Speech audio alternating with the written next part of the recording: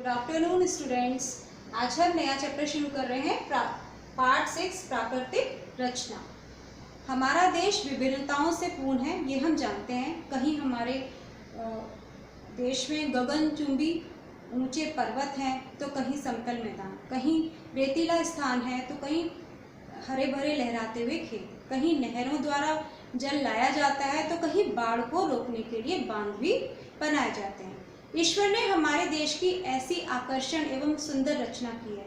इस विविध प्रकार की रचना जो प्राकृतिक रचना है उसको ध्यान में रखते हुए हमने देश को 5 प्राकृतिक भागों में बांटा है। जैसे कि देख रहे हैं ना, ये हमारा भारत का नक्शा है और यहाँ पर मैंने शेड के अनुसार 5 प्राकृतिक भागों में बांटा है। जैसे कि हमारा उत्तरी भाग है हिमालय का और इधर से पूर्वी भाग में मिला हुआ है, तो ये उत्तर का पर्वतीय भाग कहलाता है जो हमने इस वाले शेड से बनाया है। उसके दक्षिणी भाग में ये जो आप डैश डैश के निशान देख रहे हैं यहाँ से यहाँ तक के पूरे, ये हमारा गंगा यमुना का मैदानी भाग है, ये वाला।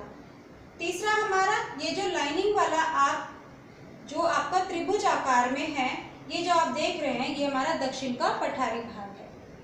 और ये जो आपका पश्चिमी और पूर्वी दोनों तटीय भागों में है तो ये हमारा समुद्री तटीय मैदानी भाग है। और नेक्स्ट है हमारा ये राजस्थान में जो आप व्हाइट कलर का देख रहे हैं, ये हमारा थार का मरुस्थलीय भाग है। इस प्रकार हमारा जो भारत है वो प्राकृतिक रचना में 5 भागों में डिवाइड है। आज हम उत्तर का पर्वतीय भाग के बारे में जानेंगे।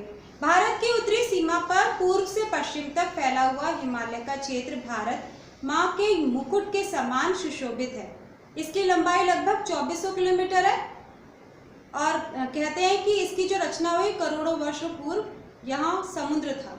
पृथ्वी के आंतरिक जो परिवर्तन हुए उनके कारण हिमालय का ये क्षेत्र उभरकर ऊपर आ गया। इस क्षेत्र में काराकोरम, हिंदुकुश, शिवालिक, गारो, खांसी, जयंतिया, ये सारी पर्वत श्रेणियां हैं। ये हमारे देश को सुरक्षा प्रदान करती है। विश्व की सबसे ऊंची चोटी एवरेस्ट, जिसे हम गौरी शंकर भी कहते हैं, ये हमारी हिमालय में ही स्थित है। इसकी ऊंचाई समुद्र तल से 8,848 मीटर है। यह नेपाल में है। भारत में कंचनजंगा, नंदा देवी, त्रिशूल आदि प्रमुख ऊंची पर्वत श्रेणियां भी हैं। इन ऊंची चोटियों व ऊपर के पर्वतीय भागों में सदैव बर्फ जमी रहती है।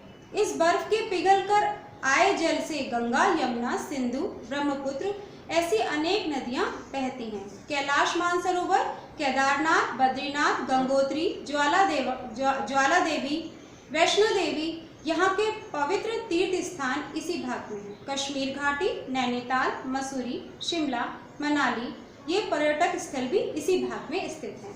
माना, नीति, नाथुला, खैबर ये प्रसिद्ध दर्रे भी इसी क्षेत्र में स्थित हैं। पर्वतों के बीच प्राकृतिक रूप से बने आर पार जाने के रास्ते को दर्रा कहते हैं। इस क्षेत्र में अनेक प्रकार की वनस्पतियां, उपयोगी लकड़ी, जड़ी बूटियां, खनिज पदार्थ आदि प्राप्त होते हैं। यहाँ पर चीड़, देवदार के विशाल वृक्ष और समतल भागों पर हरे भरे सीढ़ीदार खेत भी पाए जाते हैं। इसका दूसरा टॉपिक है हमारा गंगा और यमुना का मैदानी भाग। कल हम इसके बारे में जानेंगे।